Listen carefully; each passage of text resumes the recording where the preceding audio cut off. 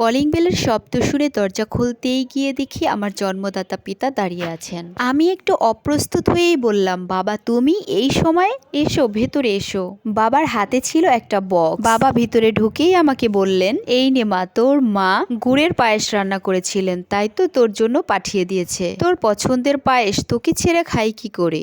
এর মধ্যেই ভেতর থেকে শাশুড়ি মা বলে উঠলেন, কে এসেছে বৌমা? বাবা একটু সামনে এগিয়ে গিয়ে বললেন, কেমন আছেন বেয়ান? শাশুড়ি আম্মা বাবার মুখের দিকে একটুবার তাকিয়ে মুখ ঘুরিয়ে অন্য রুমে চলে গেলেন। শাশুড়ি আম্মার এই নীরবতাই ছিল আমার বাবার প্রথম অপমান। অনেক সাহস করে শাশুড়ি আম্মার কাছে গিয়ে বললাম, আম্মা যান, ফ্রিজে তো খাসির মাংস আছে, নামাই, বাবা দুপুরে খেয়ে যাবেন। তিনি আমাকে বললেন, তোমার বাবা তো দুদিন পরপরই চলে আসে, তাকে এত মেহমানদারি করার কি প্রয়োজন? তার কি লজ্জা করে না মেয়ের শ্বশুর বাড়িতেই কিছুদিন পরপরই চলে আসেন? এ কথা শুনে আমি শাশুড়ি মেয়েকে বললাম, মা একটু আস্তে কথা বলেন, পাশের রুমেই আমার বাবা রয়েছেন, শুনতে পেলে খুব কষ্ট পাবেন। এদিকে আমার স্বামী আমার বাবার হাতে বাজারের ব্যাগ আর টাকা দিয়ে বললেন, আপনি তো ফ্রি আছেন, বাজারটা না হয় আজকে আপনিই করেন। জামাইয়ের কাছ থেকে একজন শ্বশুরের মনে হয় এর চাইতে বেশি অপমান আর কিছুই হতে পারে না। কিন্তু আমার সরল বাবা কিছুই বুঝতে পারলেন না, নীরবে বাজারে চলে গেলেন। দুপুরে খাবার সময় বাবার প্লেটে মাছের মাথাটা দেওয়ার জন্য যখনই হাত বাড়িয়েছিলাম, শাশুড়িমা বলে উঠলেন, ওটা আমার ছেলের জন্য, তোমার বাবাকে কেন মাছের মাথা দিচ্ছ?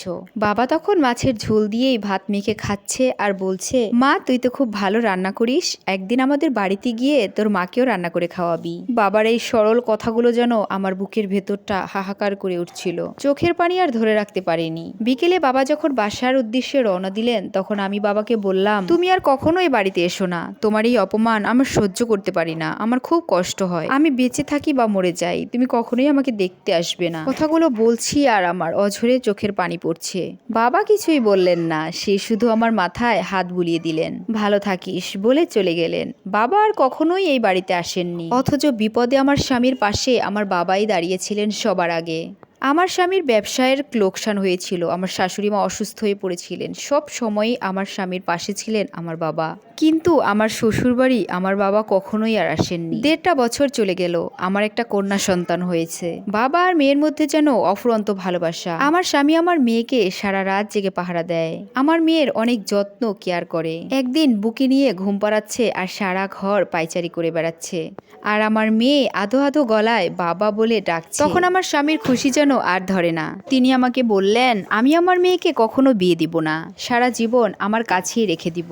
আমি মুচকি হেসে শান্ত গলায় বললাম, আমার বাবাও আমাকে ঠিক এরকমই যত্ন করতো, ভালোবাসতো, কিন্তু দুনিয়ার এই নিষ্ঠুর নিয়মে আমার বাবাকেও আমাকে ছেড়ে দিতে হয়েছে। আপনাদের শত অপমানের পরেও আমার বাবা আপনাদের বাসায় ঠিকই আসতো, শুধু আমাকে একটা নজর দেখার জন্য। আসলে সন্তান ছেলে হোক কিংবা মেয়ে, দুজনই কিন্তু বাবা মায়ের চোখের মণি। বাবা মায়েরা যতটা কষ্ট করে একজন ছেলে সন্তান জন্ম দেন এবং মানুষ করেন, একটা কন্যা সন্তানকেও ঠিক ততটাই কষ্ট করে জন্ম দিয়ে মানুষ করতে হয়। পরদিন সকালে দেখলাম আমার হাজবেন্ড ব্যাগপত্র গোছাচ্ছে। আমি জিজ্ঞেস করলাম, আপনি কি কোথায় যাচ্ছেন? একজন কন্যা সন্তানের বাবা হতে হলে কতটা ধৈর্য ধরতে হয় সেটাই শিখতে যাচ্ছি শ্বশুর মশাইয়ের কাছে। অনেক সময় লাগবে তো, তাই অনেক জামাকাপড় নিয়ে নিলাম। আমার স্বামীর কথা শুনে আমার চোখে পানি চলে আসলো, নিমিষেই যেন তার প্রতি আর কোনো আক্ষেপই রইল না আমার। গল্পটি কেমন লাগলো বন্ধুরা? আর এরকম গল্প শুনতে হলে অবশ্যই পাশে থাকবে। আল্লাহ হাফেজ।